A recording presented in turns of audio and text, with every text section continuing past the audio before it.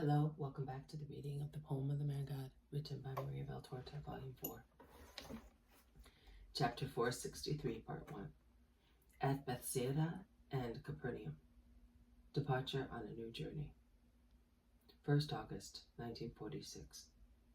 Steer the boat towards Bethsaida, orders Jesus, who is with John in a little boat, a real nutshell in the middle of the lake, which is becoming clear as day breaks. John obeys without speaking. A rather strong breeze fills the little sail and drives the boat so fast that the latter heels. The eastern coast passes by rapidly, and the curve of the northern side of the lake comes nearer and nearer. Land before the village. I want to go to Porphyria without being seen by anybody. You can meet me at the usual place and wait for me in the boat. Yes, master. And if anybody should see me? Converse with everybody without saying where I am. I will not be long. John finds a good landing spot on the shore as he remembers a sandy stream from which men have taken away sand for their needs, forming thus a small gulf a few meters wide where a boat can reach the shore, which is about a half a meter above water level. He steers the boat there. The boat rubs lightly on the shingling shore, but it can reach the dry beach, where Jesus holds it fast, grasping a root sticking out of the sand. Where John holds it fast, grasping a root sticking out of the sand. Jesus jumps on the beach. John presses on an oar against it, making an effort to push the boat back on the lake. He is successful. He raises his face, bright with his good smile, and says, "Goodbye, Master." "Goodbye, John." And Jesus sets out among the trees, while John steers his little boat along the coast. Jesus turns the inland and passes through the vegetable gardens. At the rear of Bethsaida, he is walking fast to enter the village before it rouses.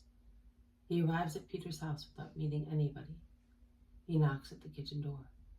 After a moment, Porphyria's head looks out cautiously above the little wall of the terraced roof. When she sees Jesus, she utters an "Oh!" of surprise. With one hand, she collects her beautiful hair, her only beauty, falling loosely on her shoulders, and runs down the little staircase, barefooted as she is, in her hurried morning toilet. "Lord, you? All alone?" Excuse me. "Yes, Porphyria. Where is Margio?" "He is sleeping. He is still sleeping. The boy has been somewhat sad, rather languid, and I spare him a little. It is also his age. He is growing. While sleeping, he does not think, and he does not weep." "Does he weep often?" "Yes, Master. I think that it is his present weakness, and I try to strengthen him and comfort him. But he says, 'I am left alone. All those whom I love go away when Jesus is no longer with us. And he says so as if you were about to leave us. Of course, he has suffered much in his lifetime, but Simon and I love him so much, Master. Believe me." "I know, but his soul is sensitive. Porphyria, I must speak to you about this. That is why I came, without Simon, at this time of the day. Where can we go and speak so that Margio may not hear us, and nobody will disturb us?" "Lord, I have but my bedroom, or the room where the nets are stored. Margio is upstairs. I was up there as well because, to escape the heat, we went to sleep up there. Let us go into the room where the nets are. It is farther away, and Margio will not hear us, even if he should wake." "Come, Lord." And Porphyria leads him into the large, rustic room encumbered with all sorts of things: nets, oars, provisions, hay for the sheep, a loom. Porphyria hastens to clear a kind of table placed against the wall, dusting it with a flock of tow, so that the master may sit on it.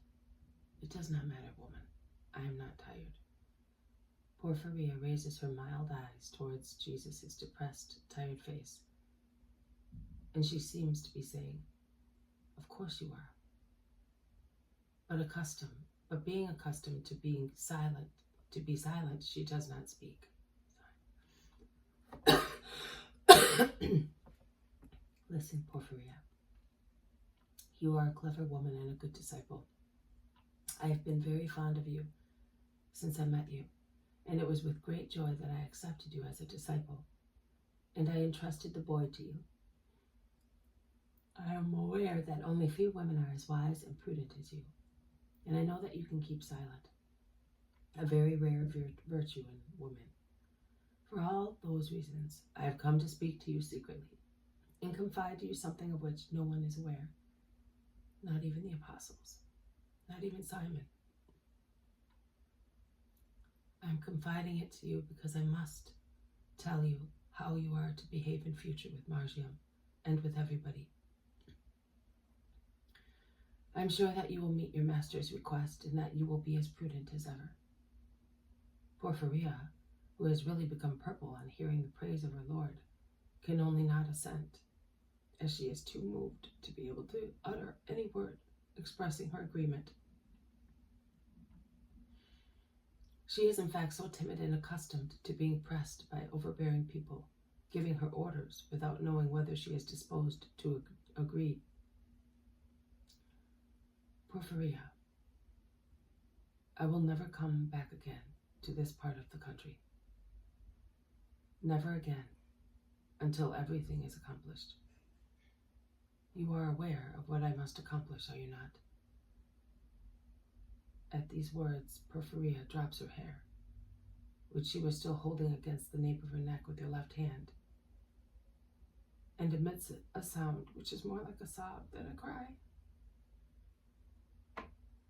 in which she stifles, pressing her face with both hands, while she falls on her knees, moaning, I know, Lord my God, and weeps so silently that her weeping is revealed only by the tears falling on the floor through her fingers, compressing her face.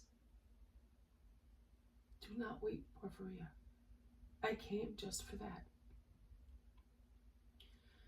I am ready, and ready are those who, by serving evil, will serve good. In actual fact, because they will cause the hour of redemption to begin. It could be fulfilled even now, because both they and I are ready. And every further hour that passes, or event which takes place, will do nothing but perfect their crime and my sacrifice. But also these hours, and they will be numerous, which are to pass before that hour, will serve. There is still something to be done and said, so that all the things which are to be accomplished to make me known may be done. But I will not come back here again. I am looking at this place for the last time. I have come into this honest house for the last time. Do not weep. I did not want to go away without saying goodbye to you and giving you the blessing of your master. I will take Margium with me. I will take him with me now while going towards the Phoenician borders, and also later when I go down to Judea for the Feast of the Tabernacles. There will be no problem in sending him back here before the depth of winter. Poor boy. He will enjoy my company for some time, and then, Porphyria, it is not right that Margium should be present at my hour. So you shall not let him depart for Passover. The precept, Lord. I absolve him from the precept. I am the master, Porphyria, and I am God, as you know. As God, I can absolve in advance from any omission, which is not even such, because I am commanding it out of justice. Obedience to my command is by itself absolution from the omission of the precept, because obedience to God, which is also a sacrifice for Margium, is always superior to everything else. And I am a master. He who cannot measure the capability and reactions of a disciple and does not consider the consequences,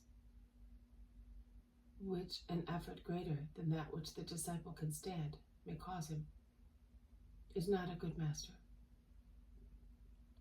Also, when imposing virtuous deeds, one must be prudent and not exact a maximum which the spiritual perfection or the general strength of the person involved cannot give. By exacting too great a virtue or spiritual control as compared with the degree of spiritual, moral, and also physical strength attained by a person, one can cause a loss of the strength already stored up, as well as the shattering of the human being in its 3 degrees, the spiritual, moral, and physical ones. Marcion, poor boy, has already suffered too much and is too familiar with the brutality of his fellow creatures, to the extent of almost hating them. He would not be able to bear what my passion will be, a sea of grievous love in which I will wash the sins of the world, and a sea of satanic hatred which will try to overwhelm all those whom I loved and to destroy all my work as a master. I solemnly tell you that also the strongest ones will bend under the pressure of Satan, at least for a short time. But I do not want Marcion to bend or to drink of that distressing water. He is innocent and is dear to me.